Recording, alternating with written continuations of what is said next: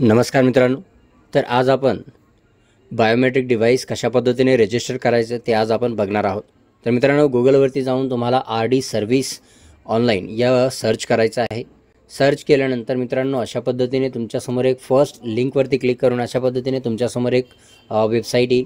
त्यामध्ये जे अशा पद्धतीने इंटरफेस असेल त्यामध्ये तुम्हाला वरती 3 ऑप्शन दिसतील. त्यामध्ये तुम्हाला फाइंड डिव्हाइस, मॅन्युअल्स आणि डाउनलोड्स. तर डाउनलोड्सवरती जाऊन जे आहे आपल्याला सॉफ्टवेअर डाउनलोड करायचं आहे, इन्स्टॉल करायचं आहे. यामध्ये 2 प्रकार आहे, L0 आणि L1. तुमचं डिव्हाइस जे आहे L0 आहे की L1 आहे त्यानुसार तुम्ही जे आहे सॉफ्टवेअर डाउनलोड करू शकता. मित्रांनो, माझ्याकडे L0 डिव्हाइस आहे त्यामुळे मी L0 विंडोज लोकल होस्ट यावरती क्लिक करून ते डाउनलोड करणार आहे.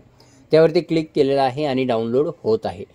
तर मित्रांनो अशा पद्धतीने डाउनलोड होत आहे. मित्रांनो, जोपर्यंत हे डाउनलोड होत आहे तोपर्यंत तुम्ही एक सबस्क्राईब, एक लाईक आणि कमेंट नक्की करा जर काही प्रश्न असतील तर. तर मित्रांनो, यामध्ये गेल्यानंतर तुम्ही बघू शकता हे डाउनलोड झालेलं आहे. डाउनलोड झाल्यावरती यावरती जायचं आहे. यावरती गेल्यानंतर मित्रांनो तुम्ही बघू शकता असा एक बिनकामीचा इंटरफेस, म्हणजे आपल्याला ज्याची जरूरत नाही तो इंटरफेस येईल. त्याला मिनिमाइज करायचं आहे किंवा कट करायचं आहे. त्यानंतर त्यावरती गेल्यानंतर तुम्ही बघू शकता अशा पद्धतीने तुमच्यासमोर एक नवीन फोल्डर ओपन होणार आहे.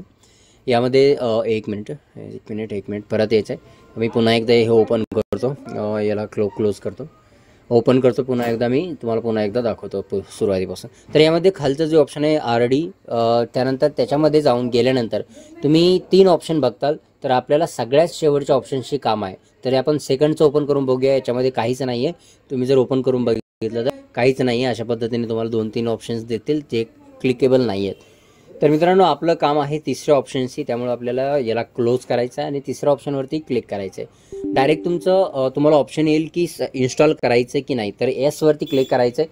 सिक्युरिटीमुळे हे कम्प्युटरने स्वतः हे हाईड केलं आहे. मी स्वतः काही केलेलं नाही, ते ॲटोमॅटिक हाईड झालेलं आहे. त्यानंतर अशा पद्धतीने तुमचं सॉफ्टवेअर जे आहे तुम्ही इन्स्टॉल करत आहात, इन्स्टॉल होत आहे अशा पद्धतीने मित्रांनो. आणि हे इन्स्टॉलेशन पूर्ण झाल्यानंतर तुम्हाला एक पॉपअप येईल अशा पद्धतीने. त्यावरती 2 ऑप्शन असतील, येस आणि नो. तर मित्रांनो, तुम्हाला वरती क्लिक करायचं आहे, कारण तुम्हाला जे आहे रिस्टार्ट करायचं आहे कम्प्युटर आणि नो करायचं नाही आहे. आता मी नो याच्यासाठी करतो आहे, जर मी येस केलं तर माझा कम्प्युटर बंद होईल आणि व्हिडिओ बंद होईल. तर मित्रांनो, अशा पद्धतीने आपलं जे सॉफ्टवेअर आहे इन्स्टॉल झालेलं आहे, रजिस्टर्ड झालेलं आहे.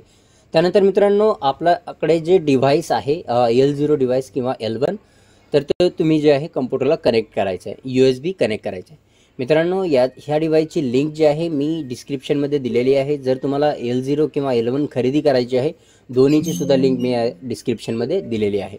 तर मित्रांनो, अशा पद्धतीने तुम्ही बघू शकता की आपलं डिव्हाइस जे आहे रजिस्टर्ड झालेलं आहे आणि यानंतर बाकीचे काम जे आहे बायोमेट्रिकवरती ते तुम्ही करू शकता.